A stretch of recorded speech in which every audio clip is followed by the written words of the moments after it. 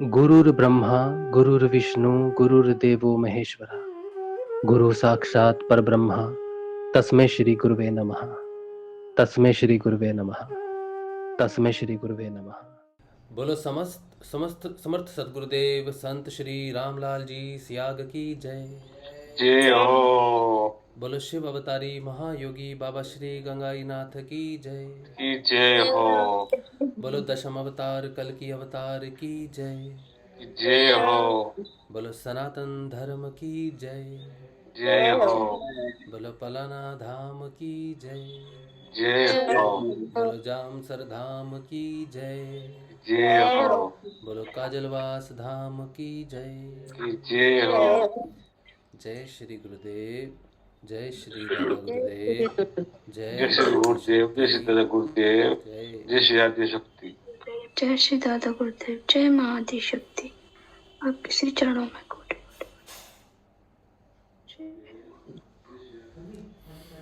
चलिए अब करते हैं शुरू। प्यारे श्री गुरुदेव रामलाल जी सियाग के सिद्धयोग की बात करते हैं, उनका सत्संग, उनके सिद्धयोग के बदलाव और सिद्धयोग से प्रकट होने वाला दर्शन, पूर्ण दर्शन, योग प्लस वेदांत पूर्ण दर्शन, उसकी बात करते हैं। सिद्ध योग गुरुदेव श्री रामलाल जी द्वारा संजीवनी मंत्र देके गुरुदेव सबको दीक्षित करते हैं। गुरुदेव पूरे विश्व में मानवता को सिर्फ एक ही धर्म में रखते हैं, मानवता धर्म में रखते हैं।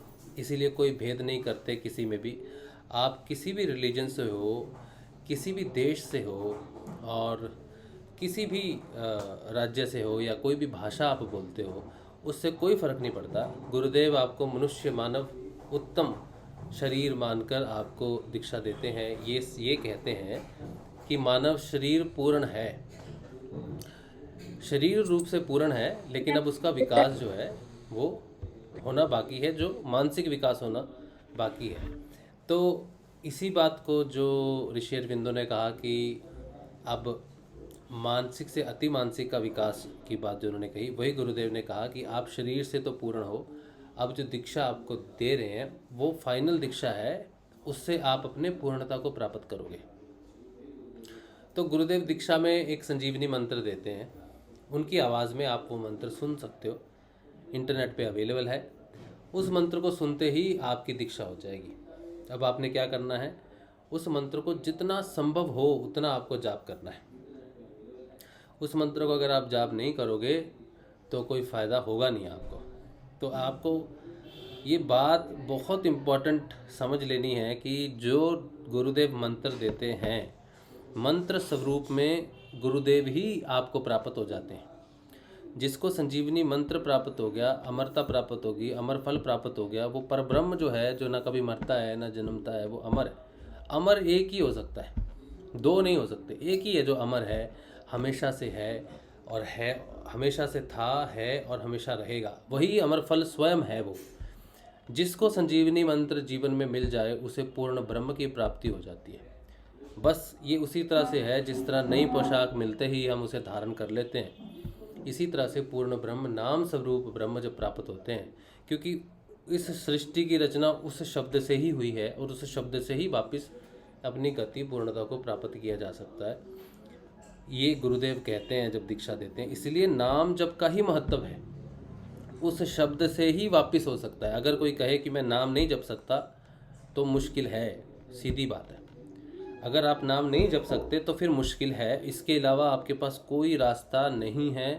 आप कहीं भी चले जाओ, किसी के पास भी चले जाओ, कितनी भी तरकीबें लगा लो, कुछ भी कर लो, दुनिया में दूसरा रास्ता नहीं है।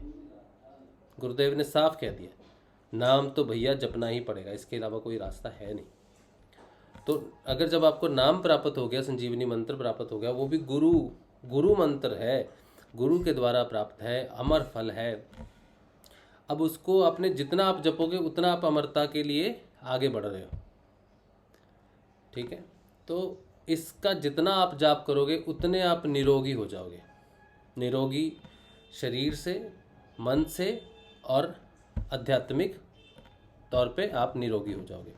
अब कईयों की बीमारियां ठीक नहीं हो रही, किसी की सिगरेट नहीं छूट रही, किसी की शराब नहीं छूट रही, किसी को नेगेटिविटी नहीं छूट रही, किसी की मानसिक अवस्था ठीक नहीं हो रही, ये सारी चीज़ें साधक हमेशा कहते हैं कि मेरी ये समस्याएं ठीक नहीं हो रही, मैं तो पूर्ण समर्पित हूँ गुरुदेव को और नाम बहुत जपता हूँ। ऐसा तो नहीं कहते नाम बहुत जपता, हाँ नाम भी जपता हूँ ऐसा ज़रूर कहते हैं।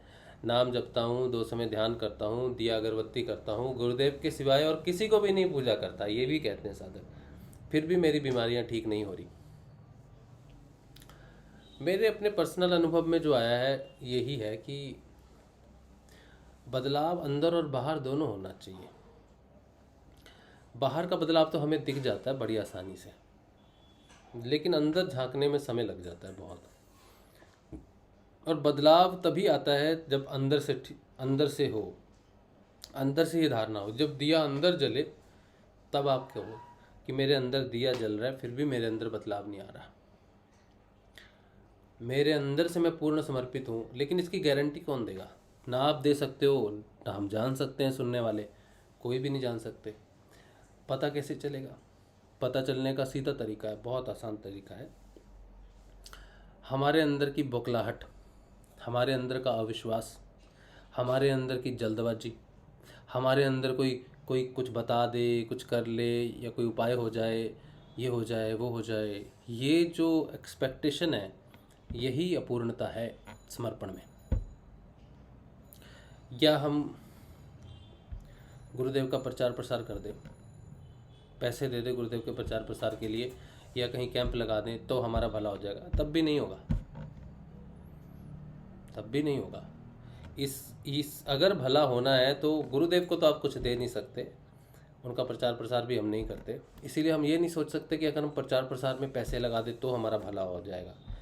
अगर आपका भला हो रहा है तो आप प्रचार प्रसार करो, वो तो ड्यूटी है, लेकिन उसके बदले में मेरा भला हो जाए ये धारणा गलत है। अब क्यों नहीं हो रहा, क्यों? और फिर दूसरा प्रश्न ये आता है कि समझ में ही नहीं आ रहा कि करना क्या है, कैसे पता चले कि करना क्या है ये सबसे बड़ी समस्या है। चलो यहाँ थोड़ी सी बात हो सकती है कि पता ही नहीं चल रहा हमें, हम पूरी कोशिश कर रहे हैं, रो रहे हैं, तड़प रहे हैं, बिलख रहे हैं, लेकिन हम पे गुरुदेव की कृपा नहीं हो रही। ये एक जगह ये है जो जहाँ पे साधक सच में असहाय महसूस करता है। बाकी जब तरकीबें लगानी शुरू कर देते हैं कि शायद इस तरह से हो जाए, उस तरह से हो जाए, वो तरकीबें हमें दूर कर देती हैं और भी ज़्यादा, क्योंकि तरकीब कुछ भी नहीं है, तरकीब एक ही है, नाम जप ही तरकीब है। और दूसरी बात ये समझनी ज़रूरी है, सोचो किसी को मानसिक परेशानी है, शारीरिक परेशानी है, उसकी बीमारी ठीक नहीं हुई, ठीक है, उसकी बीमारी ठीक नहीं हुई, वो नाम जप रहा है, तो उसके पास एक ही है कि वो नाम जप को फील करना शुरू करे, और ज़्यादा फील करना शुरू करे, खुद ना रोए। गुरुदेव सोचें कि इतना नाम जप कर रहा है बच्चा, इतना कुछ कर रहा है, गुरुदेव को सोचना है, गुरुदेव के अश्रु निकालने हमने कि हम हमारी तरफ देख। वो बहुत दयालु है, बहुत दयालु है। ऐसे ऐसे गुरु भाई गुरु बहन हैं जो बहुत समस्या में है, तकलीफ़ में है, बहुत वर्षों से तकलीफ़ में है। हमारी समस्या तो चलो किसी को छींके भी आती हो ना, किसी को खांसी भी आती हो, तो वो भी बहुत ख़राब समस्या है। कोई भी बीमारी अच्छी नहीं है, छोटी हो या बड़ी हो, कोई भी बीमारी अच्छी नहीं है, ना मानसिक बीमारी, ना शारीरिक बीमारी, ना स्पिरिचुअल कोई डिसीज़, कोई भी डिसीज़ अच्छी नहीं है। प्रॉब्लम जहाँ पर है वो सिर्फ़ और सिर्फ आदमी की सोच में है।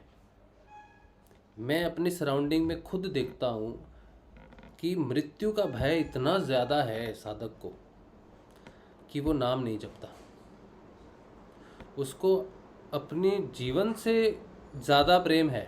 गुरुदेव समझता नहीं कि गुरुदेव से प्रेम हो गया तो यम उसका बाल भी बांका नहीं कर सकता, इस बात का यकीन उसे आता नहीं। अपने जीवन को लेके इतनी चिंता में है, अपनी मानसिक स्थिति को लेके इतनी ज़्यादा चिंता में है कि वो गुरु को समझ ही नहीं पाता, गुरु पे विश्वास ही नहीं कर पाता। और जहाँ विश्वास नहीं होता वहाँ पे बदलाव नहीं होता। फिर हम कुछ भी करें, कितना भी मंत्र जाप करें, कितना भी अनुष्ठान करें, प्रचार करें, कुछ भी करें, हैं बहुत गुरु भाई हैं जो प्रचार करते हैं, बहुत हैं गुरु भाई, पैसे देने के लिए तैयार है, प्रचार करने के लिए तैयार है, नाम भी जप रहे हैं, सब कर रहे हैं, सब तरफ से कर रहे हैं। प्रॉब्लम कहाँ है कि गुरु प्रथम नहीं हो रहा, गुरु प्रथम नहीं हो रहा। प्रथम मैं हूँ, प्रथम मेरा शरीर है, प्रथम मेरी बीमारियाँ हैं। मुझे लोग ताना देते हैं कि तुम श्री गुरुदेव श्री शब्द जब प्रकट हुआ था मेरे जीवन में, मेरी साधना में, तब लोग मुझे ताना देते थे, आज भी देते हैं। आज भी लोग भिन्नता रखते हैं इस चीज़ में। श्री गुरुदेव, जय श्री गुरुदेव बोलने और जय गुरुदेव बोलने में भेद है। अब आप सोचो, कोई साधक अगर जय गुरुदेव और जय श्री गुरुदेव में भेद कर सकता है तो उसकी बीमारी ठीक होना तो बहुत दूर की बात है, उसमें बदलाव होना तो बहुत दूर की बात है। जब आप जय गुरुदेव से जय श्री गुरुदेव में भिन्नता कर सकते हो तो कोई गुरुदेव की आरती लिखे, कोई गुरुदेव का संगीत लिखे, कोई गुरुदेव की प्रेज लिखे, उसको तो आप एक्सपेक्ट ही नहीं कर सकते, उसको तो आप धारण ही कर सकते। एक्सपेक्टेशन, हमारी धारणा बहुत वीक है। और ये एक व्यक्ति की बात नहीं है, ये सबकी है, मेरे अंदर भी है।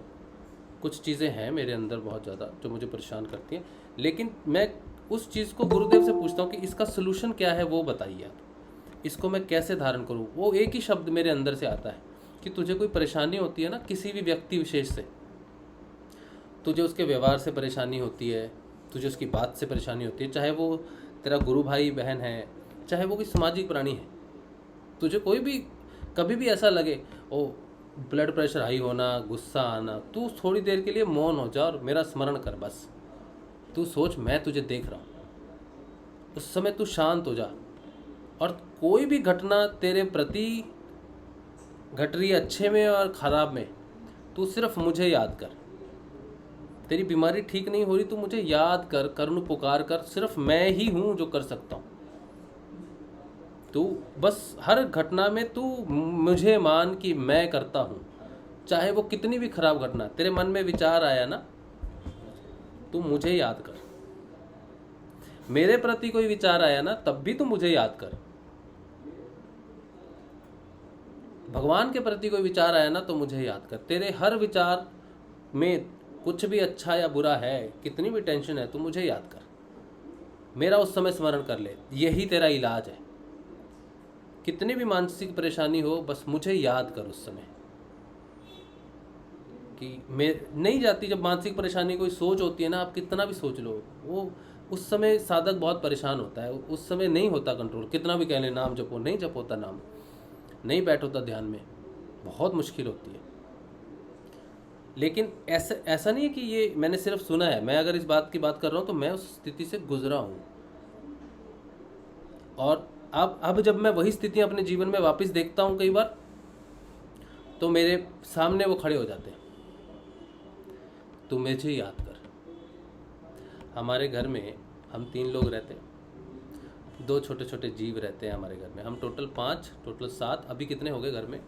अगर मैं चेतना की बात करूं तो हमारे घर में, जैसे चेतनाएं तो बहुत सारी हैं, लेकिन मेरे घर में इस समय अगर मैं देखूं, जब मैं विश्वास करता हूं, तो 3, 2, 5, 6, 7, 8, 9, 10,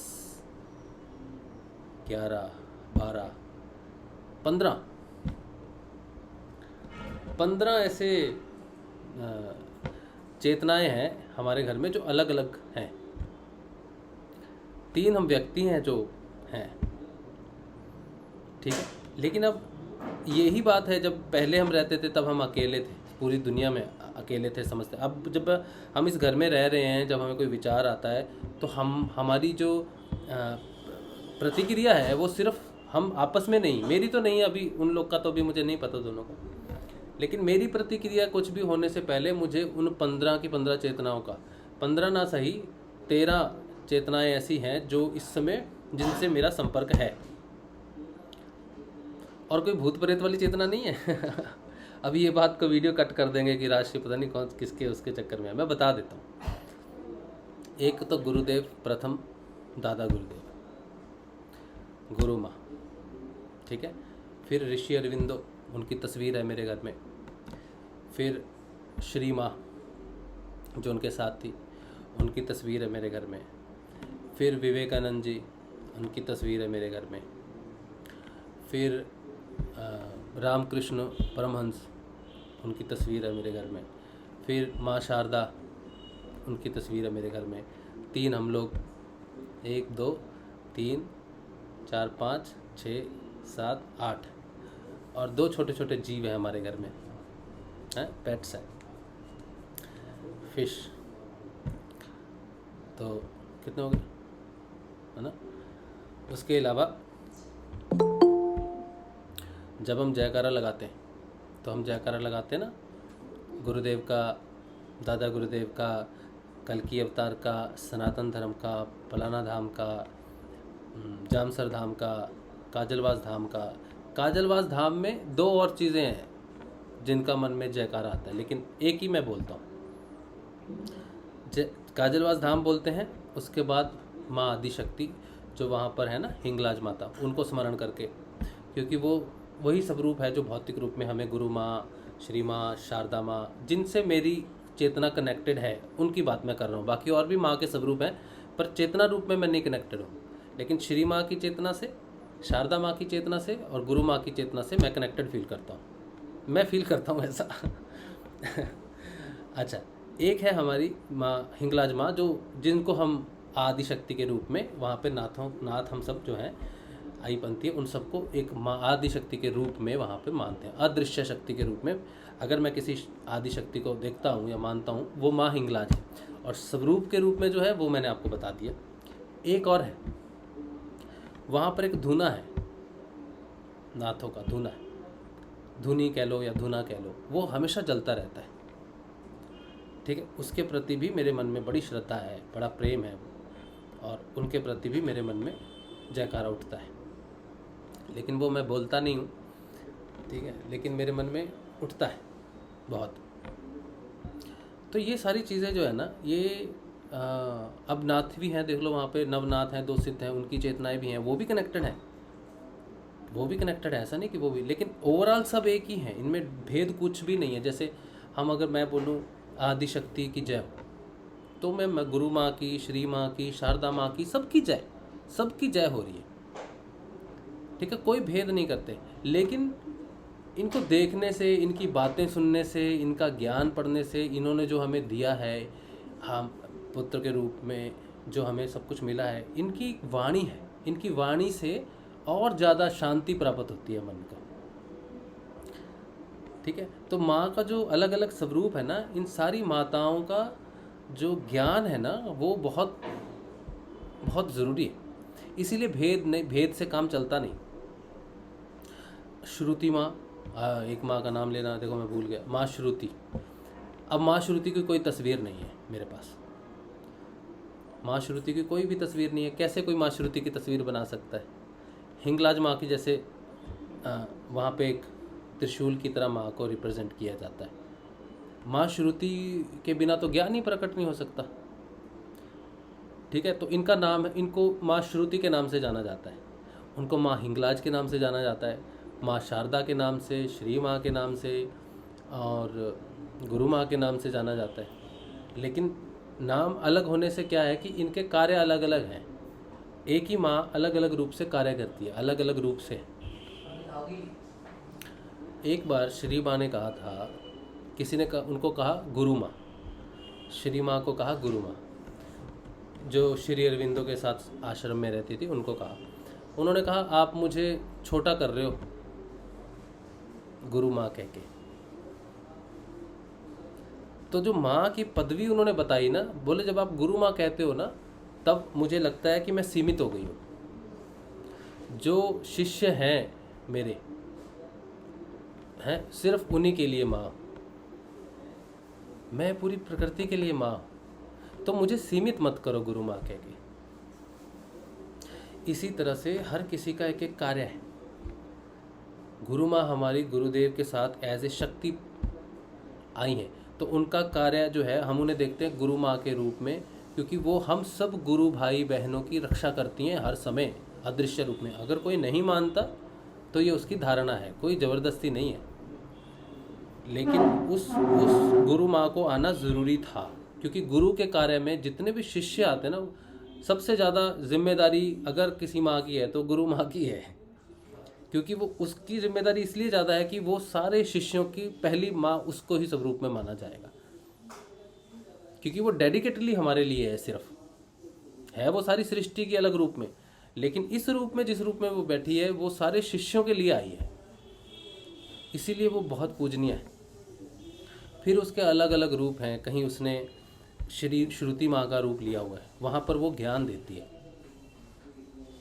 कहीं वो भक्ति के रूप में है, हिंगलाज माँ का रूप लेके, कहीं वो मार्गदर्शन करती है एंटायर मैनकाइंड का, श्री माँ बन के, कहीं वो स्नेह की देवी है, शारदा माँ बन के। उसके अलग अलग रूपों में अलग अलग ममता, अलग अलग प्रेम है। तो अभी देखने के लिए अगर देखा जाए गुरुदेव को, अगर गुरुदेव की तरफ देखा जाए तो, और एक चीज़ और है, एक चीज़ मैं बहुत ख़ास जो मैं खुद महसूस करता हूँ, जो आपके साथ मैं शेयर कर रहा हूँ, कि गुरुदेव इस पूरे ब्रह्मांड के केंद्र हैं, इस बात की पूरी जानकारी मुझे है,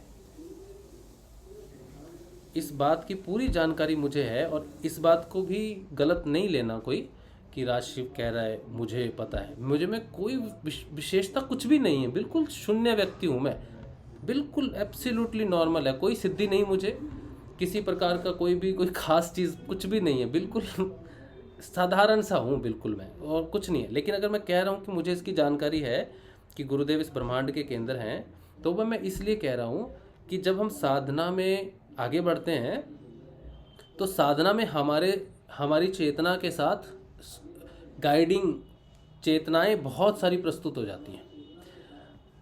जहाँ गुरुदेव है ना, वहाँ पर सारे संत जितने भी हैं, श्री अरविंदो कह लो, शंकराचार्य कह लो, विवेकानंद जी कह लो, मुक्तानंद जी कह लो, नित्यानंद जी कह लो, श्री माँ, नाथ, गंगाई नाथ जी, भाऊनाथ जी, हमारे सारे नवनाथ, शिव स्वयं, ब्रह्मा, विष्णु, सारे के सारे अपना वो वहीं पर ही आते हैं जहाँ पर गुरु का भक्त, जहाँ पे गुरुदेव रामलाल जी स्याग का भक्त है ना, सच्चा भक्त है, मैं आप समझ लो कि वही सेंटर है पूरे ब्रह्मांड का। और एक बार अगर आपको याद होगा, मैंने एक बार पहले कहा था कि इस पूरे ब्रह्मांड का सेंटर कहाँ है, आपको बताया था मैंने, किसी को याद है? इस पूरे ब्रह्मांड का सेंटर मैंने आपको बताया था कहाँ है, किसी को याद है? चित्त में, काजलवास सर।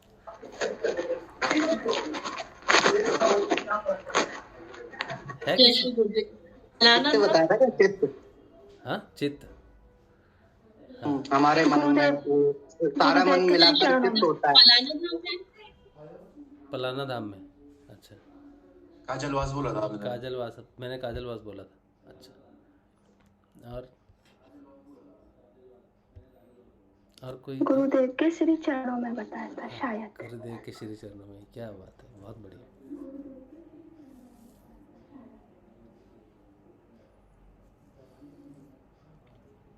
बहुत अच्छी बात है।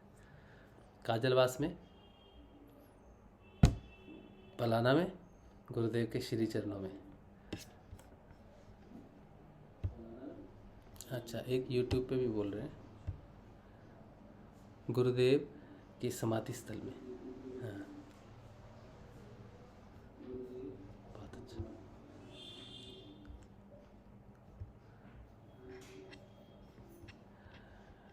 जो ब्रह्मांड का केंद्र है ना, सारे ब्रह्मांड का केंद्र है, वो है हृदय।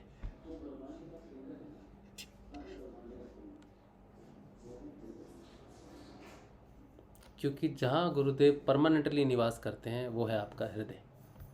और ये बात मैंने सेशन में कही थी कि इस पूरे ब्रह्मांड का केंद्र मेरा हृदय है, आपका हृदय है। और हृदय दो नहीं है, एक ही है। कैसे? ये जो धड़क रहा है ना, पंप कर रहा है, पंपिंग स्टेशन है, ये बहुत सारे हैं। ये तो मिट्टी का बना हुआ है, ये तो मिट्टी में ही जाएगा। लेकिन एक है जिसे हम करते हैं हृदय ग्रंथि के अंदर, जिसमें कहा गया है kingdom of God. Kingdom of God कहाँ है?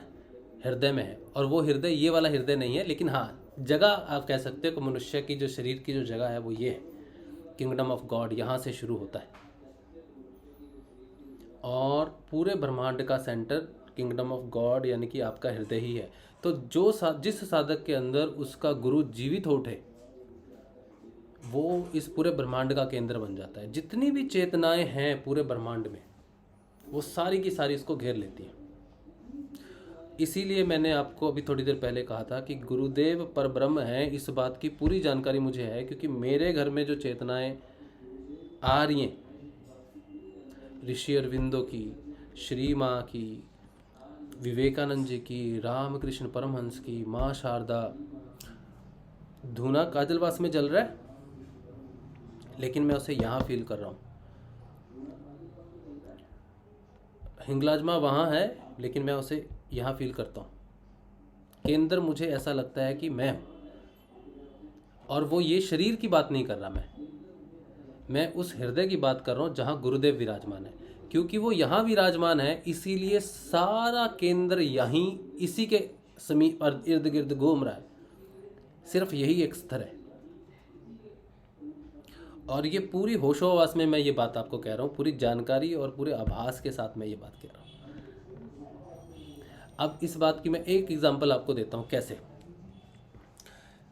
एक बार मैं कभी भेद नहीं करता, संतों में तो मैं कोई भेद नहीं करता। संत तो एक ही है दुनिया में, रूप अलग अलग हैं सबके, लेकिन एक ही संत है, संत स्याग। उसी के अलग अलग भिन्न भिन्न रूप इस दुनिया में हैं, और माँ भी एक ही है, उसके भिन्न भिन्न अलग अलग स्वरूप से वो मुझे ज्ञान देती है। इसी तरह अलग अलग संत भी मुझे ज्ञान देते हैं, ठीक है, स्वरूप उनका एक ही है। तो भिन्नता में विश्वास नहीं करता, मैं एकता में ही विश्वास करता हूँ। एक बार क्या हुआ, जब श्री माँ की चेतना से मेरी पहचान हुई, कैसे हुई। श्री माँ की एक तस्वीर थी, उस तस्वीर की आंखों में मैंने देखना शुरू कर दिया। मुझे ऐसा लगा जैसे माँ कह रही है कि तू मेरी आंखों में देख, तू सिर्फ मेरी आंखों में देख, यही तेरा और मेरा कनेक्शन है। तो मैंने उनकी आंखों में देखना शुरू किया। थोड़ी देर में मुझे थोड़ी अजीब सी भी बात लगी कि एक तो होता कुछ नहीं फील होना, एक होता फील होना कि सच में कोई कनेक्शन स्टैब्लिश हो गया। बस वो हो गया, एक ही बार आपने एक फ़ोन मिलाया, वो 1 सेकंड का कनेक्शन है। उसके लिए ज़्यादा समय नहीं है कि मैं 10 घंटे उनकी आंखों में देखता रहूँ बैठ के, कुछ उसके लिए बिल्कुल समय नहीं है। भगवान से कनेक्शन के लिए समय लगता ही नहीं है, एक क्षण का भी समय, शायद उससे भी कम का समय है। सिर्फ उसका आदेश होता है, आपने उसकी पालना की, कनेक्शन हो गया। ऐसा ही हुआ श्री माँ के साथ और मेरे साथ। अब मैं ये बात सोच के हैरान है कि माँ ये क्या हुआ है ये घटना घटी है। अच्छा, अब वो प्रस्तुत तो होगी, बताएगी मुझे कि क्या हुआ है। अब मेरे साथ ये घटना घट गई, लेकिन मुझे पता नहीं घटा क्या हुआ है, और प्रेम भी हो गया माँ से। तो उसी समय एक माँ का एक वीडियो या फिर कुछ लेखनी माँ की सामने आई। किसी ने पूछा कि माँ, हम चेतना को कैसे जाने, तुझसे हम कनेक्ट कैसे हो जाएं, तो तेरे से अगर हम आदि शक्ति से कनेक्ट होना है तो कैसे होगा, क्या माध्यम है, कोई मंत्र है, कुछ भी है। बोले कुछ भी नहीं है, ना मंत्र है ना कुछ है, सिर्फ जब भी तुम्हें मेरे से कनेक्ट होना तो मेरी आंखों में देखना। ये माँ ने कहा, और ये सामने आ गया। उसी दिन शाम को शायद मेरे सामने ये बात प्रस्तुत होगी कि माँ कहती है कि मुझसे कनेक्ट होना है तो मेरी आंखों में देखना। और यही बात सुबह प्रस्तुत हुई जब माँ की फ़ोटो ने मुझसे कहा कि तू मेरी आंखों में देख। अब ये सोचो कि फ़ोटो कैसे बात करती है। शब्दों की ज़रूरत नहीं है, शब्दों वाली तो दुनिया ही स्थूल है, जो तो नश्वर है। वो भाव जो प्रकट होते हैं मन में, वो सूक्ष्म चेतनाएं आपसे इसी तरह से भाव प्रकट करा के आपसे काम करवा लेते हैं। तो उन्होंने कहा तू मेरी आंखों में देख, मुझसे कनेक्ट होना है तो। और मैं हुआ, और यही बात शाम को उनकी ही वाणी में मेरे सामने प्रस्तुत हुई। उसी दिन प्रस्तुत हुई ये बात। अब मैं तो देखो सिर्फ गुरुदेव को ध्याता हूँ, गुरुदेव को पूछता हूँ, तो कैसे माँ की चेतना मेरे घर में, मैं जहाँ हूँ वहाँ पे आके, मैं गया भी नहीं पौंडीचेरी, मैं तो कहीं भी नहीं गया माँ को ढूंढने के लिए, वो कैसे मुझे मेरे घर में आके मुझसे कहती है कि मुझसे कनेक्ट हो। तो ये अचंभे की बात नहीं है। अब वो मुझे कैसे ढूंढ लिया श्री माँ ने? मैंने तो उनको नहीं ढूंढा, मैं तो सिर्फ गुरुदेव का ध्यान कर रहा हूँ। तो माँ आई, तो उस दिन के बाद माँ की तस्वीर मेरे घर में वही तस्वीर है जिससे उन्होंने मुझसे कनेक्ट किया। रामकृष्ण परमहंस, मैं ध्यान कर रहा हूँ गुरुदेव का, लेकिन सुबह का समय है, बहुत पहले की बात है ये, सुबह का समय है, और वो मेरे सामने, मैं लेटा हुआ हूँ और वो मेरे सामने ऐसे करके हैं कम से कम। और ये ऐसी घटना है जिसे मैं चाहता नहीं कि हो। मैं आपको नहीं याद कर रहा, ना मैं आपको देख रहा हूँ, ना मैं आपको याद करता हूँ, लेकिन उनकी छवि नहीं हट रही मेरे सामने से। और वो मैं जागृत अवस्था में भी नहीं हूँ, निद्रित अवस्था में नहीं हूँ, क्योंकि मुझे याद है ना, वो स्वप्न भी नहीं है, कुछ भी नहीं है, वो आधी अवस्था में है, बस वो मुझे देख रहे हैं कॉन्टिन्यूसली। ये एक साल 1.5 साल पहले की बात है। और मैं गुरुदेव से प्रार्थना करूँ, तब मेरा विश्वास पक्का नहीं था उस समय। मैं सोचता था कि यार किसी और को देखना, ध्यान करना, भटक जाएंगे। शुरुआती साधक की थोड़ी सी बातें जैसे होती हैं। हालांकि शुरुआती नहीं था, मुझे 6 साल हो गए थे साधना में, लेकिन 5 साल तो मैंने धक्के ही खाए हैं। पता नहीं था गुरु क्या होता है, और वो सही होता है, हम ही गलत होते हैं। होने के बाद रामकृष्ण परमहंस, और मैंने एक व्यक्ति को बताया यहाँ पर, मैंने कहा यार रामकृष्ण परमहंस मुझे दिखते हैं। तो बोले ये तुम्हारा भ्रम है क्योंकि तुमने उनकी तस्वीर देखी हुई है, इसलिए तुम्हें लगता है कि वो दिखते हैं। वो इस रूप में दिखने चाहिए जिस रूप में उन्हें तुम्हें कभी देखा नहीं। तो उसने मुझे थोड़ा सा भ्रमित कर दिया उस समय। मैंने कहा हाँ ये भी हो सकता है, मैंने उनकी तस्वीर देखी है। बाद में मुझे पता चला कि रामकृष्ण परमहंस की वही तस्वीर मुझे दिखती थी जिसकी उन्होंने कहा था इसी तस्वीर की पूजा होगी, इसी तस्वीर का ध्यान होगा, और वही तस्वीर मेरे को दिखती थी उस समय, रामकृष्ण परमहंस की। ठीक है, इसी तरह से विवेकानंद, ऋषि अरविंदो को पढ़ के समझना इम्पॉसिबल है। आप ट्राई कर लो, ऋषि अरविंदो को पढ़ो और समझ के बताओ। जब तक ऋषि अरविंदो की चेतना आपसे कनेक्ट नहीं होगी ना, तब तक आप उनकी एक पन्ने को भी पढ़ नहीं सकते, समझ नहीं सकते। बहुत गहरी चेतना, इतनी विशाल उनकी वो है, चेतना है उनकी, उनका ज्ञान इतना डीपन है, बहुत ज़्यादा सच्चे दार्शनिक हैं वो जब आए तो मुझे समझ नहीं आ रहा था। जब मैं कनेक्ट करने की कोशिश कर रहा था मैं नहीं समझ पाया, लेकिन जब उधर से कनेक्शन हुआ तब मुझे उन्होंने ये कहा कि तू जो किताब पढ़ रहा है ना, सीधी मत पढ़, उल्टी पढ़। मैंने तब ऋषि अरविंदो की किताबों को उल्टा पढ़ना शुरू किया। सब सीधी किताब, सारी किताबें मैं सीधी पढ़ता हूँ। सिर्फ ऋषि अरविंदो की पढ़ते समय मेरे मन में ऐसा आदेश हुआ कि तू मुझे पढ़ना है तो तू मुझे उल्टा पढ़, तब तू पढ़ पाएगा, तब समझ पाएगा। और उल्टी किताब पढ़ी मैंने, तब जाके मैं पढ़ पाया। और उसके एक एक पन्ने पे क्या लिखा है, माँ श्रुति ने मेरी मदद की कि ये लिखा। और बिना माँ श्रुति के तो आपको ज्ञान प्रकट ही नहीं हो सकता, फिर तो कोरा कागज़ और ब्लैक वर्ड्स हैं और कुछ भी नहीं है। माँ श्रुति के बिना तो कुछ भी नहीं हो सकता। खैर, और उल्टी किताब पढ़ी, और जब वो किताब फिनिश हुई है, उसकी लास्ट लाइन जब मैंने पढ़ी है, तब मैं रोया हूँ। जो चेतना का साहसिक अभियान है, जो पुस्तक है, वो मैंने जब पढ़ के जब ख़त्म की, और जो कंटेंट ऋषि अरविंदो का है उसमें मैं भावुक नहीं हुआ, उसमें मैं बिल्कुल पढ़ गया। तो पन्ने के लास्ट में जिसने लिखी है, राजकुमारी जी ने लिखी है, उनकी शिष्य हैं, और उनके जीते जी पब्लिश भी नहीं हुई बुक, उनकी मृत्यु के बाद हुई। तो उन्होंने जब कहा श्री माँ मैं लिख रही हूँ, मुझे आशीर्वाद दो कि मैं लिख सकूँ, तो उन्होंने, राजकुमारी जी ने अपना एक ग्रेटिट्यूड दिया है, अपना एक समर्पण भाव प्रस्तुत किया है ऋषि अरविंदो के आगे, पहले पन्ने पे। और वो जब मैंने पढ़ा तो मैं रोया हूँ बहुत, क्योंकि वो सारी किताब में अगर मुझे कुछ मिला, हालांकि उसमें मानसिक, अतिमानसिक, अधिमानसिक चेतना, निद्रा, बहुत ज्ञान भरा हुआ है जहाँ से मुझे प्राप्त हुई वो सारी चीज़ें, लेकिन वो राजकुमारी जी की जो बात थी ना, वो मुझे रुला गई। वो एक शिष्य का समर्पण, बिना शिष्य के गुरु भी अधूरा है। जैसे शिष्य के बिना गुरु के बिना शिष्य पार नहीं पड़ता ना, वैसे ही शिष्य के बिना गुरु भी कोई अहमियत नहीं रखता। ये चेतना का साहसिक अभियान से पता चलती है। ऋषि अरविंदो को, उनको समझना किसी के बस की बात नहीं, तो दुनिया में समझेगा कौन उनको? उनको वही समझ सकता है जो उनका शिष्य होगा, और शिष्य के माध्यम से वो आगे बढ़ते हैं। हमारे गुरुदेव हैं, हमारे गुरुदेव की किताब में ये लाइन लिखी हुई है, जो बाइबल की भविष्यवाणियाँ है ना, उसमें एक जगह पे आता है, ये बात आती है कि माँ कुंडलिनी चयन करती है शिष्यों का गुरुदेव के कार्य के लिए, और वो बेस्ट शिष्य को चयन करेगी, उसके माध्यम से कार्य करेगी, जो बेस्ट होगा उसका चयन होगा। एक बार किसी गुरु भाई ने पूछा था गुरुदेव से कि गुरुदेव आपके बाद कार्य कैसे चलेगा? तो गुरुदेव ने कहा उसकी चिंता मत करो, मैं ठीक चुन लूँगा, जिससे मैंने काम करवाना है करवा लूँगा। बाबा गंगाईनाथ ने मुझे चुना ना, तो मैं भी आगे चुनूंगा और मेरा काम कभी रुकेगा नहीं, मेरे शिष्यों के माध्यम से चलेगा। ये बात बाइबल की भविष्यवाणी, बाइबल में भी लिखी हुई है ये बात कि जो व्यक्ति आएगा जिसकी चेतना से सारे संसार की चेतना में परिवर्तन होगा, उसके शिष्य काम करेंगे।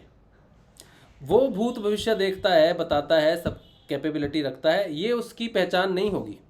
उसकी पहचान उसके शिष्य होंगे, उसके शिष्य देखेंगे भूत फ्यूचर, उसके शिष्य काबिल बनेंगे, उसकी शिष्यों की काबिलता ही उसकी काबिलियता दर्शाएगी। वो खुद की काबिलता क्या रखता है ये मत देखना, उसके शिष्यों में क्या काबिलियता है वो देखना। ये बाइबल में लिखा है। जीसस से जब उन्होंने पूछा कि कंफर्टर आएगा तो हम पहचानेंगे कैसे,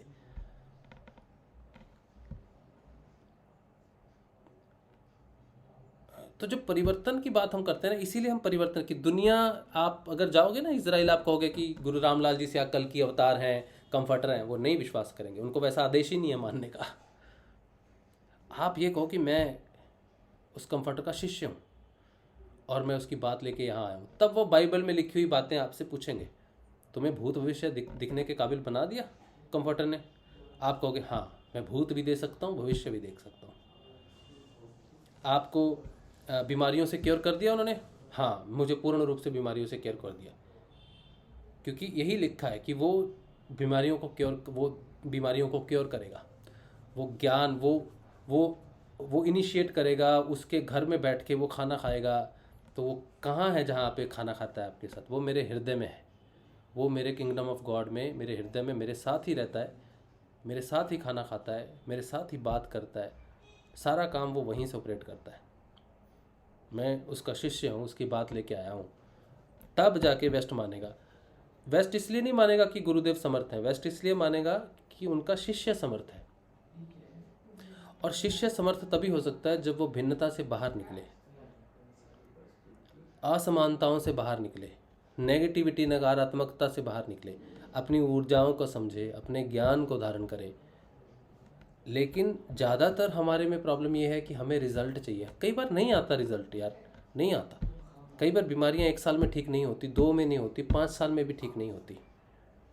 कई बार हमारे कर्म प्रारब्ध हमारी रास्ता रोक के बुरी तरह अड़ जाते हैं, जड़ जाते हैं। और कई बार हमारी खुद की सोच हमें बर्बाद कर देती है।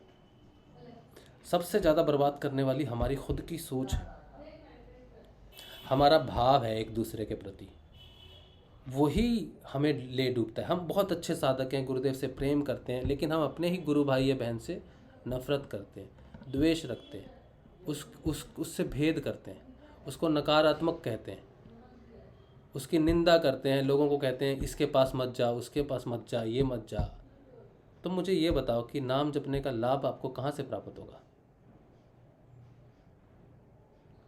आप छोटे से कस्बे में ही रह जाओगे, छोटे से एरिया में ही रह जाओगे, उससे आगे आप बढ़ नहीं पाओगे। गुरुदेव के कार्य को अगर तीव्रता देनी है तो वो सिर्फ वही साधक दे सकता है जो समान भाव में प्रकट हो, जो इन सारी चीज़ों को आगे बढ़े, जो सारे विश्व अपने गुरु भाइयों बहनों के साथ साथ समग्र भाई और बहनों को एक समान माने, सबको बहन की नज़र से देखे, भाई की नज़र से देखे, माँ की नज़र से देखे, किसी की निंदा ना करे, किसी को नकारात्मक कह के तुलनात्मक चीज़ों में ना फंसे। और दूसरे गुरु भाई बहनों का भी ये फ़र्ज़ बनता है कि वो अपनी दृष्टि से अपना निर्णय लें, ना कि किसी दूसरे व्यक्ति की। सत्संग में क्या होता है? सत्संग में सिर्फ सत्य की बात होती है। पॉलिटिक्स में क्या होता है? निंदा होती है। तो जहाँ निंदा है वहाँ सत्य कैसा है? वो तो पॉलिटिक्स हो गई ना। तो जो इंसान किसी की निंदा लेके अपने निर्णय लेता हो वो तो पॉलिटिशियन हो गया ना, वो साधक कहाँ से हो गया? इस बात ने मेरे जीवन में इतना गहरा प्रभाव डाला है कि मैं आपको बता नहीं सकता। लेकिन अगर गुरु आपके साथ हैं तो वो आपको गिरने नहीं देते, लेकिन दूसरे आपको उस स्थिति में लाते हैं, तब आप क्या करते हो? आप उनकी निंदा नहीं कर सकते, सिर्फ आप ये जान सकते हो कि आप में क्या भेद है, क्यों गुरुदेव आपको सपोर्ट करते हैं, क्यों आप ऊपर उठते हो, क्यों आप गुरु का कार्य करते हो। ये तब पता चलता है आपको जब आप दूसरों से की गई गतिविधियों का निरीक्षण नहीं करते, उनको निरीक्षण करके उनकी एक छवि बना के दूसरों के सामने प्रस्तुत नहीं करते। भी मेरा काम नहीं, आपका भी नहीं है, किसी का भी नहीं है। मेरा काम मेरी खुद की छवि मेरे सामने बना के उसको शुद्ध करना है, साफ करना है। इसके अलावा दुनिया में मेरा कोई स्वाध्याय नहीं बनता। अगर मेरा कोई काम है तो मेरे गुरु का प्रचार है। भूत और राक्षस आ जाएंगे ना कल, कहेंगे हमें आपके गुरु का प्रचार करना है, तो मैं कहूँगा जरूर करो। कोई दैत्य आ जाएगा, ब्रह्म राक्षस आ जाएगा ना, तो कहेगा गुरु का प्रचार करना है, करना चाहिए। तो वो भी गुरु भाई बहन के रूप में, गुरु भाई के रूप में ही होगा, या फिर एक तरह से समभाव में ही होगा। एक बार गोकर्ण जी गीता का पाठ कर रहे थे। वहाँ पे बहुत सारे लोग आते थे उनका पाठ सुनने के लिए। बहुत सारे सुबह आते थे, सारा दिन व्रत वगैरह रखते थे, शाम को घर चले जाते थे। शाम को खाना खा के नित्य कर्म से मुक्त होके सुबह आते थे, सारा दिन सुनते थे। 7 दिन तक उन सब ने ऐसा ही किया। 7वें दिन उनमें से 2 ब्रह्म राक्षस मुक्त हो गए। उनमें से जो लोग आते थे उनमें से कोई मुक्त नहीं, 2 ब्रह्म राक्षस मुक्त हुए जो वहाँ पर 2 पेड़ों में निवास करते थे। उन पेड़ों में 7 गांठें थी, हर दिन एक गांठ खुलती थी। और 7वें दिन उसमें ब्रह्म राक्षस निकलते हैं और गोकर्ण जी को प्रणाम करते हैं कि आपने हमें मुक्त करवा दिया इस अमृत धारा का पान करवा के। तो वहाँ पे जो लोग बैठे थे उन्होंने गोकर्ण जी से पूछा कि ये ब्रह्म राक्षस जो हैं ये मुक्त हो गए अपने श्राप से, हम तो रोज़ आते हैं, रोज़ कथा सुनते हैं, हमारे साथ ऐसी कोई घटना क्यों नहीं घटी, हमें ये चीज़ फील क्यों नहीं हुई। तो उन्होंने कहा कि आप घर जाते हो, आपके मन में विचार है, आप खाना खाते हो, ब्रेक लेते हो, आप लय टूटते हो, आप दूसरी चीज़ों में भी व्यस्त हो जाते हो, फिर अगले दिन आते हो, कनेक्ट होते हो, फिर डिस्कनेक्ट हो जाते हो, दूसरी चीज़ों में भी आप सम्मिलित रहते हो। लेकिन ये 7 दिन ना तो इनकी भूख थी, ना इनकी कोई प्यास थी, ना इनकी कोई डिमांड थी, कुछ भी नहीं था। ये सिर्फ बैठे हुए थे सुनने के लिए कॉन्टिन्यूसली। इनकी धारणा ध्यान टूटा नहीं। तो जब हम गुरु कार्य कर रहे हैं ना, तो हमारा ध्यान किसी के प्रति टूटता कैसे है? किसी दूसरे की धारणा हम ले लेते हैं, किसी दूसरे विशेष व्यक्ति की हम खोजबीन करके, या वो सात्विक है, रासिक है, तामसिक है, इसकी व्याख्याओं में लग जाते हैं, किसी गुरु भाई की निंदा में लग जाते हैं, किसी दूसरे संसार की पॉलिटिक्स में फंस जाते हैं। बीजेपी अच्छी है, कांग्रेस अच्छी है, आम आदमी पार्टी अच्छी है। जो व्यक्ति जिस किसी भाव में भी फंसा होगा उसको प्राणमय कोश में बहुत दिक्कत होती है। अगर आप साधक हो और आपके दिल में पॉलिटिक्स है ना किसी भी प्रकार की, तो जब प्राणमय कोश से गुजरोगे ना, जब आपकी चेतना जो है, जो डिवाइन है, वो जब नीचे उतरती है तो मन में उतरती है। मन में बड़ी बौखलाहट होती है, क्योंकि वो पॉलिटिक्स है, उसमें भेद है, उसमें ये अच्छा है, ये बुरा है। क्योंकि आप कुछ नहीं कर सकते पॉलिटिक्स में, आप सिर्फ एक वोट दे सकते हो बस, उसके अलावा आप कुछ भी नहीं कर सकते। इससे ज़्यादा औकात नहीं है हमारी। फिर वही चेतना मन के माध्यम से जब प्राण में उठती है, फिर आते हैं इमोशंस कि मुझे ये पसंद है, ये अच्छा व्यक्ति, हाँ है, क्यों नहीं है, कौन सा व्यक्ति अच्छा नहीं है, सभी व्यक्ति अच्छे हैं, बुरा तो कोई भी नहीं है। हमें हमारी चेतना वहाँ नहीं रोकती जहाँ जिससे हम प्रेम करते हैं, वो हमें नहीं रोकती। हमें रोकती है उससे जिससे हम नफरत करते हैं। हम बंधते उससे नहीं है जिससे प्रेम करते हैं। प्रेम तो हम बांधते हैं बंधन, लेकिन नफरत का बंधन अपने आप बंध जाता है और ज़्यादा पक्का बंधता है। जब नफरत की गांठ नहीं खुलती तो प्रेम की भी नहीं खुल सकती।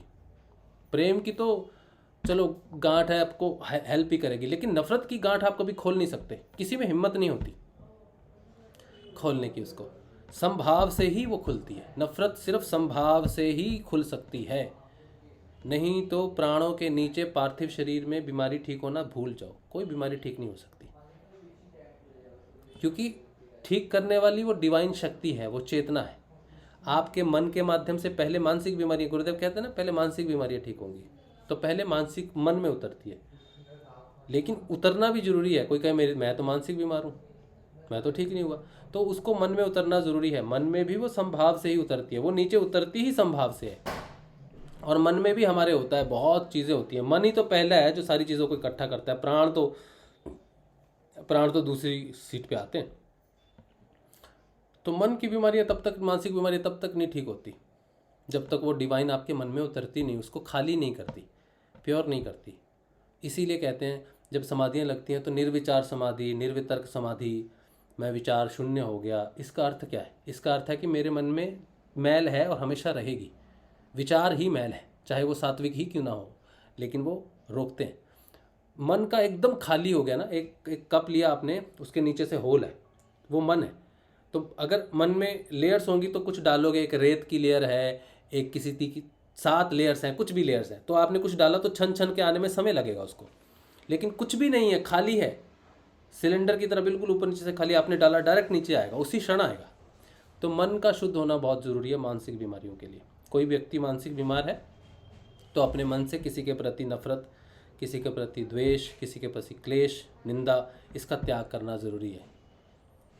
जब प्राणों में आएगा तो प्राणों में भावों से आप जुड़े हुए, और हिंदुस्तान का बेड़ा गर्क भाव नहीं किया हुआ है एक्चुअली। किसका कौन सा भाव है, कौन किस धर्म में फंसा हुआ है, कोई बस वही चल रहा है। हिंदुस्तान विभिन्नताओं का देश है और यही इसकी महानता है। ये सारे धर्मों को शरण देता है, यही इसकी महानता है। इसीलिए भारत महान है। भारत महान है, यहाँ की मिट्टी महान है, यहाँ की संस्कृति महान है। जब कहा जाता है भारत महान है तब इसकी संस्कृति को महान कहा जाता है। यहाँ के लोगों को महान नहीं कहा जाता। लोग महान नहीं है, लोग तो फंसे हुए हैं। अगर लोग महान होते तो हमारा देश कभी गुलाम होता ही नहीं। तो भारत महान और विभिन्नताओं का देश है। इसीलिए परमात्मा हर बार यहीं इसी मिट्टी पे जन्म लेता है कि ये इतने, जितनी धर्म हैं, जितनी विशेषताएं हैं, जितनी अविशेषताएं हैं, जितने अलग अलग लोग हैं, विश्वास है, सब एक ही राज्य में रह के अपने आप को कहते तो हैं मैं भारतवासी। बस ये एक समानता के कारण ही वो यहाँ नीचे उतरता है। इसीलिए भारत देश महान है। लेकिन साधक के लिए वो प्राण अशुद्ध है, वो भारतीय प्राण नहीं है, ना वो भारतीय मन है। इसीलिए भारतीय व्यक्ति महान नहीं, भारत महान है, क्योंकि उसका मन इसलिए शुद्ध है कि भारत की धरती किसी में भेद नहीं करती, सबको शरण देती है। भारत के प्राण प्योर हैं क्योंकि वो किसी भी धर्म में, किसी भी जाति में, किसी भी ऊंच नीच में भेद नहीं करती, समभाव से सबको रखती है, समेटती है और कहती है कि तू मेरा है, भारतीय है। तो उसके प्राण भी शुद्ध है। इसीलिए भारत की मिट्टी में भी हर तरह का अनाज है, वायु, जलवायु, सब तरफ से जल ने घेर रखा है, पर्वत ने घेर रखा है। हर तरह से जो जड़ पदार्थ है वो भारत में सबसे उत्तम है। रॉ मटेरियल सबसे ज़्यादा उत्तम है भारत में। भारत जैसी जलवायु, भारत जैसा रॉ मटेरियल नहीं मिलता। अंग्रेजों ने तो कब्जा इसीलिए किया था इस पर। भारत तीनों रूप से शुद्ध है, अति मन के लिए पूर्ण रूप से तैयार है भारत। उसका मन भी शुद्ध है, प्राण भी शुद्ध है और उसकी जड़ भी शुद्ध है। इसीलिए वो रेडी है। इसीलिए ऋषि अरविंदो ने कहा कि प्राणों को नीचे उतारते हैं तो सिर्फ भारत के माध्यम से ही उतारा जाता है। पूरे विश्व में अगर नीचे उतरती है डिवाइन तो वो भारत के माध्यम से ही उतरेगी। लेकिन उतरेगी तब जब यहाँ के लोग उसे उतरने देंगे। इसीलिए इस देश के रूपांतरण का सबसे बड़ा जो कार्यभार है वो यहाँ के लोगों के लिए। इसलिए लोगों का रूपांतरण होना भी बहुत ज़रूरी है। उनके मनों का रूपांतरण होना, उनके प्राणों का रूपांतरण होना, और तब उनके पार्थिव शरीर का भी रूपांतरण होगा। और फिर जब ये रूपांतरण होगा तब भारत और भारतवासी दो नहीं, एक ही रह जाएंगे। ना भारत में फ़र्क होगा ना भारतवासी में। अगर कहा जाएगा कि भारत महान है तो इसका अर्थ होगा कि भारतवासी महान है। ये फ़र्क ठीक होना होगा। जब तक ऐसा नहीं होता तब तक भारत विश्व शक्ति बन के उभर नहीं सकता। चाहे विवेकानंद जी कहें, चाहे श्री कृष्ण कहें, चाहे कोई भी कहे, उनका ये सपना सच नहीं हो सकता जब तक भारत और भारतवासी समभाव में न प्रकट हो जाए। और इसी कार्य को संपन्न करने के लिए गुरु ने, कृष्ण ने श्री अरविंदो को कहा, धरती का छोड़ दे, भारत का छोड़ दे, वो मैं देख लूँगा, तू लोगों का देख, तू लोगों की चेतना को देख, उनको उठा, मुझे उतार नीचे, मैं आता हूँ और मैं इनको सुधारता हूँ आके। इसीलिए श्री गुरुदेव अधिमानसिक रूप में प्रकट हुए और हमारी चेतनाओं पे प्रभाव डालना शुरू हुआ। लेकिन जब हमारे पे शुरू हुआ कार्य तो इस बात का ज्ञान हमें कैसे हो कि वो क्या कार्य करने आया है, इसका ज्ञान भी वो स्वयं ही कराता है। वो कहता है कि तुझे मानसिक बीमारियां तो तू सिर्फ तेरी अशुद्धता के कारण है, मैं तो तुझे शुद्ध करने आया हूँ, मैं तो उस मन की मलिनता को साफ करने आया हूँ, लेकिन मैं क्या करूँ कि जब तू भेद लेके बैठा है, जब तू अपने परिवार में, अपने गुरु परिवार में भेद लेके बैठा है, तो संसार की तो तू बात ही छोड़ दे बेटे या बेटी। फिर प्राणों की बात आती है कि भारत में विभिन्नताओं का देश, इसकी महानता है, लेकिन विभिन्नताएं ही तुम्हारी बीमारी बनी हुई है। ये सारे मुझ में मिल जाएंगे एक दिन, अगर तू इनको अपने में शरण देने के लिए तैयार है। तो जैसे भारत शरण देता है, वैसे तू भी सबको शरण दे अपने हृदय में, इस भाव में आ जा। फिर तेरी शारीरिक बीमारी नहीं रहेगी, ना कोई मानसिक बीमारी, ना कोई प्राणिक बीमारी, और ना ही तेरी कोई स्थूल बीमारी रहेगी। लेकिन ये बहुत डिफ़िकल्ट है, क्योंकि हमारे पास वितर्क बहुत ज़्यादा है। हम वितर्क दे सकते हैं, किसी भी चीज़ के लिए खड़े हो जाएंगे वितर्क के लिए, नहीं जी हमारी इस कौम को नुकसान हो रहा है, हमारे इसको नुकसान हो रहा है, इसको नुकसान हो रहा है, हम खड़े नहीं होंगे तो बस कर्ता भाव प्रकट हो जाता है कि हम खड़े नहीं होंगे तो कौन करेगा। और कृष्ण कहता है यार तुम करने वाला कौन है, तुम मुझे समर्पण करना, देख मैं करता हूँ, तुझे करने की ज़रूरत नहीं, तेरे से बेहतर है मेरे पास पुलिस की व्यवस्था है, कानून है, मैं एक दिन में कानून पास करता हूँ तो वो चीज़ हो जाएगी, तो तुम लड़के नहीं कर सकते। लेकिन तू सरेंडर करे तो करूँ, तू तो कह रहा मैं करूँगा जी। तो ये सरेंडर की बात है, उस कृष्ण पे छोड़ देने की बात है, जो ऋषि अरविंदो को बड़े डिटेल में उन्होंने उत्तरपाड़ा भाषण में यही बात समझाई थी कि तू करने वाला है कौन। और ऋषि अरविंदो ने बड़े सहस उसको स्वीकार किया कि मुझे दिखा दिया उन्होंने कि जेलर में भी वो है, पापी में भी वो है, पुण्य में भी वो है, सब जगह वही है। तो मैं क्या सोच रहा था कि, और ऋषि अरविंदो बहुत बड़े क्रांतिकारी थे, कुछ उनके अंदर की जो भावना थी, मरने को तैयार थे वो, फांसी होती होती बच्ची, कृष्ण ने बचाया उन्हें फांसी से। उन्होंने तो अपनी फांसी का पूरा इंतजाम कर लिया था, 1907 में ही उनका काम हो जाता, 1906-1907 में वहीं उनको फांसी लग जाती। तो उसके बाद कौन सा कहाँ महर्षि बनते वो, कहाँ अति मानसिक अधिमानसिक की कथाएं लिख के हमें जागृत करते, कहाँ गुरुदेव नीचे आते।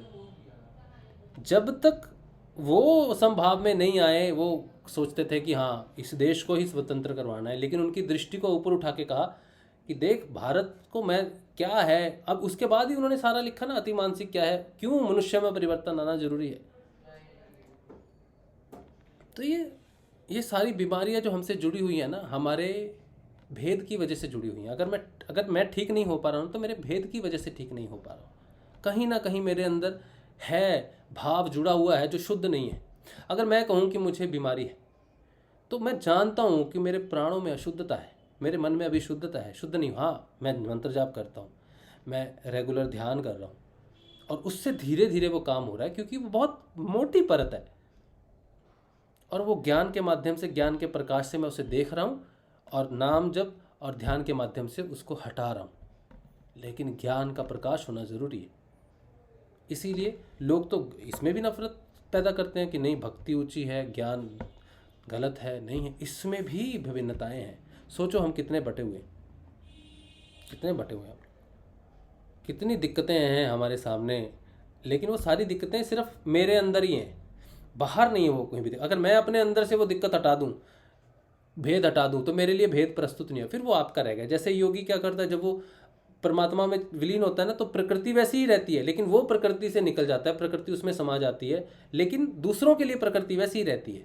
वैसे ही अगर मैं भेद से निकल जाऊं तो भेद दूसरों के लिए बना रहे, उससे क्या फर्क पड़ता है। मैं भेद से निकलना जरूरी है ताकि मैं अभेद देख सकूं, मैं वो महानता देख सकूं जो भारत में है, और वही महानता मैं अपने में डेवलप करूं कि मुझे भी लोग महान कहें। इसीलिए संतों को महान कहा जाता है, इसीलिए भारत महान है, भारत के संत महान है, भारत का वेदांत महान है, भारत का योग महान है, भारत की संस्कृति महान है, भारत का दर्शन महान है, लेकिन भारत के लोग महान नहीं। जो संत हो गया वो महान हो गया।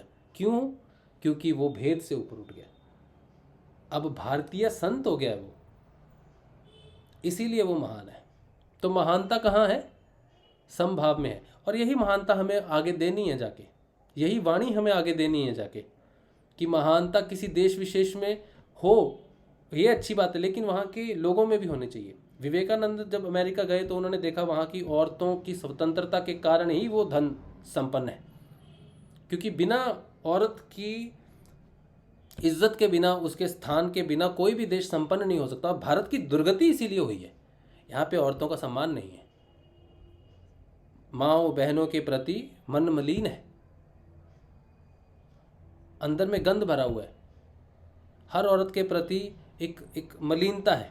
ऐसे रीति रिवाज ऐसे हैं कि औरत को तुच्छ समझा जाता है। पुरुष प्रशासित समाज भारत को कहा जाता है, जबकि औरतें अमेरिका में स्वतंत्र हैं, इसीलिए वो स्वतंत्र हैं बोल के उनके पास, ये विवेकानंद जी कहते हैं और ये दिखता भी है हमें। खाने पीने में मलिनता नहीं है, वो तो अंदर तुम्हारे ग्रंथि है। मलिनता हमारे दिमाग में है, पेट में जो भरा हुआ मलिनता सुबह साफ करते हो जाके फिर भी रहता है, फिर भरता है, वो मलिनता साफ करोगे फिर हो जाएगी। शरीर को धो धो के, गुरु नानक देव जी ने कहा है, तू जितना मर्जी नहा ले, तू जितना मर्जी मन को साफ कर ले, तू साफ नहीं हो सकता बेटा। साफ तुझे यहां से होना है, तू अंदर से अपने मन को साफ कर ले, मन को जीत, तब तू जग को जीत पाएगा। गुरु नानक देव जी ने साफ कहा ये बात।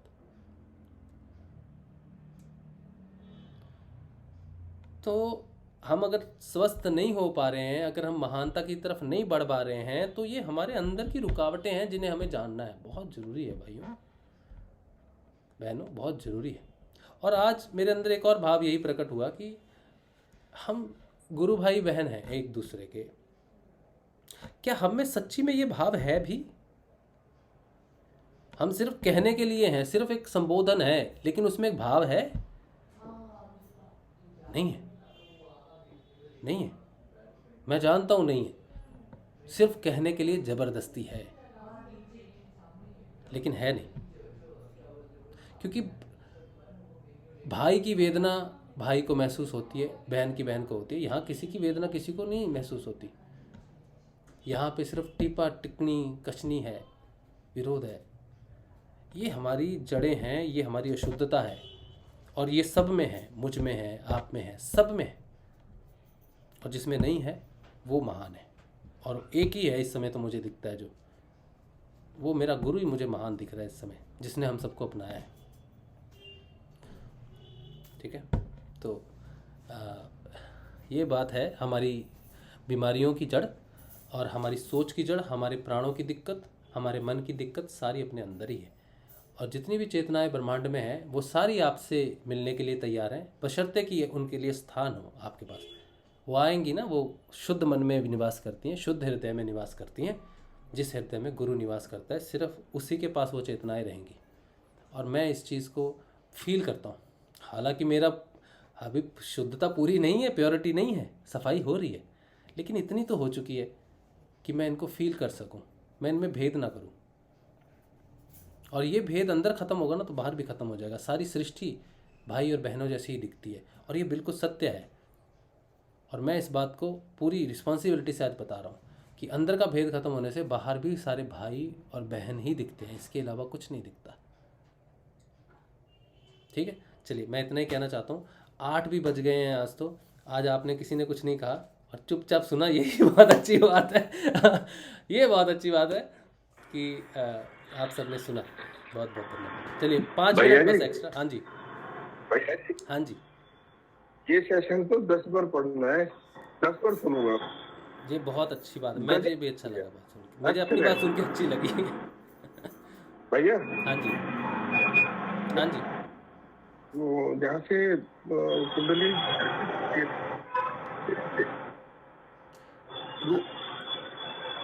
हाँ जी, हेलो? हाँ जी, क्या बात कर रहे हो आप? समझ नहीं आया भैया, वहाँ बहुत दर्द हो रहा है। हाँ, कुंडलिनी की जगह दर्द हो रहा है, नीचे जो है ना। हाँ हाँ हाँ, मूलधारा के पास में। कितने दिन से हो रहा है? हाँ। कब से हो रहा है? कल से हो रहा है। कल से और हो रहा है। मुझे डर ये है कि स्लिप डिस्क तो नहीं हो रही। स्लिप डिस्क नहीं है, ये दर्द, ये दर्द उन नाड़ियों की वजह से होता है। सूक्ष्म जो ऊर्जा की नाड़ियां है ना, उसी वजह से होता है। हाँ, ये पाँव में भी जा रहा है, ऊपर भी जा रहा है, इस तरह से हो रहा है। हाँ, जब कोई आसन लगने शुरू हो जाएंगे ना तो ये दर्द चला जाएगा। ये पहले दर्द आएगा, फिर आसन लगेगा, उस आसन के माध्यम से वो दर्द चला जाएगा। ठीक है? अच्छा, आसन, हाँ आसन लगेगा। आसन लगेगा, क्योंकि दर्द हो रहा है ना तो ब्लॉक है, तो उस पर्टिकुलर आसन लगेगा तभी वो ब्लॉकेज खुलेगी। इसके बाद ही तो आसन सिद्धि होती है ना, आसन लगते हैं साधकों को, क्योंकि ऊर्जा रुक जाती है, आगे बढ़ नहीं पाते। पद्मासन से क्या होता है, सारी नाड़ियों में ऊर्जा जहाँ जानी होती चली जाती है। एक दूसरा आसन होता है, उसमें किसी को सियाटिका पेन हो तो वो नाड़ी खुल जाती है, उसमें जाती है।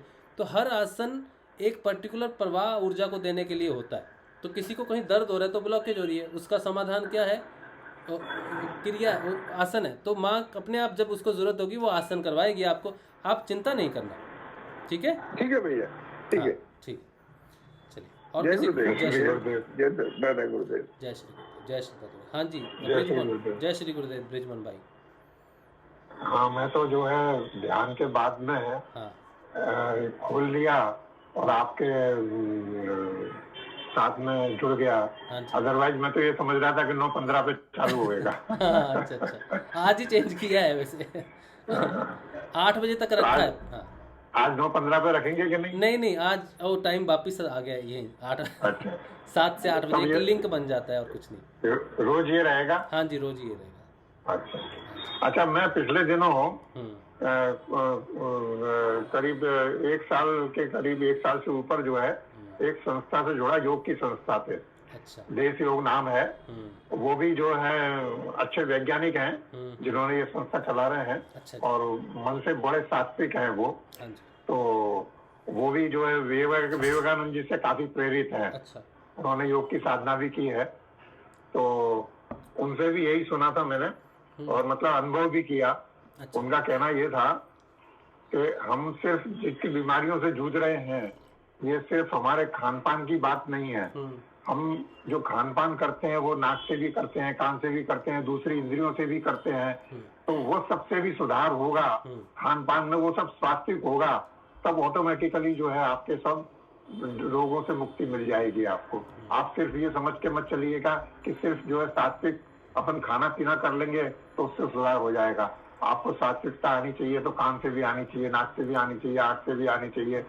तो इस हिसाब से, और ये मैंने मतलब अनुभव भी किया कि वाकई वो बहुत सही बोल रहे थे। मानसिक तौर पे जो आदमी द्वंद में फंसा रहता है, करा रहता है, तो अपने आप को डायबिटीज और उससे ब्लड प्रेशर वगैरह से जूझता है। जब वो धीरे धीरे सब समझ में आ जाती है, निकलने लगते हैं, मतलब ये स्थूल शरीर और सूक्ष्म शरीर सब उससे मुक्त हो जाते हैं, तो अपने आप को जो है रोगों से मुक्ति मिल जाती है। हाँ जी, बिल्कुल यही प्रोसेस है जो अभी बात हुई है। हाँ, तो उनके साथ में जुड़ के बहुत अच्छा लगा। वो भी विवेकानंद जी से बहुत प्रेरित हैं। अच्छा। हाँ, अच्छा। कभी आप मौका लगे तो देखिए, देश योग ट्रस्ट नाम से आपको देखने को मिल जाएगा। अच्छा। अच्छे वैज्ञानिक हैं वो, अच्छे हैं। अच्छा, जरूर कोई भेज दीजिएगा, कोई उनका वीडियो हो भेज दीजिएगा तो मैं फुर्सत हाँ, में तो जरूर मैं उनके लिंक भेज दूंगा आपको, आप देखिए। हाँ, मैं जरूर वो विवेकानंद जी से बहुत प्रभावित हैं। अच्छा। हाँ, और विवेकानंद जी की बहुत बातें बताते हैं, बहुत अच्छी लगती हैं। अच्छा। उन्होंने बच्चों को भी उस हिसाब से प्रेरित कर रखा है। हाँ। बच्चों की क्लास भी लगा रखी है उन्होंने। अच्छा। बहुत सुंदर है एकदम से। बहुत अच्छा, भेज दीजिएगा, मैं जरूर देखूंगा। हाँ, जरूर। जय जय श्री जय। जय श्री। भैया हाँ। एक चीज और हाँ भैया, हाँ। आजकल मेरे भी टेलबोन की टिप में बड़ा दर्द रहता है। अब ये भी कोई कुंडलिनी क्रिया है या मैं ऐसे फालतू में सोच के खुश हो रहा हूँ? टेल बोन, वही तो बात है ना कि ऊर्जा जहाँ रुक जाए वहीं तो क्रिया की जरूरत पड़ती है। ठीक है, तो वो जरूरी है ना, जो जहाँ जहाँ रुकावट है आपको पता कैसे चलेगा कि कहाँ प्रॉब्लम है, क्या है। सुधार भी तो वैसे ही होता है ना। इस पे कल बात करेंगे। आज तो समय हो गया, दूसरा सेशन शुरू होने वाला है 8:15 पे, इंग्लिश सेशन। ठीक है, और तुमसे मैंने और भी बहुत सारी बात करनी है करण। जो आप प्रचार कर रहे हो ना, गुरुदेव जो आपसे करवा रहे हैं, वो आप कैसे करते हो, कहाँ जाते हो, क्या बात करते हो, वो मुझे जानना है, सबको जानना है। ठीक है, तो कल आपसे बात करेंगे इस विषय में। ठीक है, कल जो आप जाते हो स्कूल्स कॉलेज में, वहाँ पे जाके बोलते हो, वो जरूर हम सबको पता करना चाहिए कि कैसे होता है, वो क्या बोलता है, क्या बात की जाती है।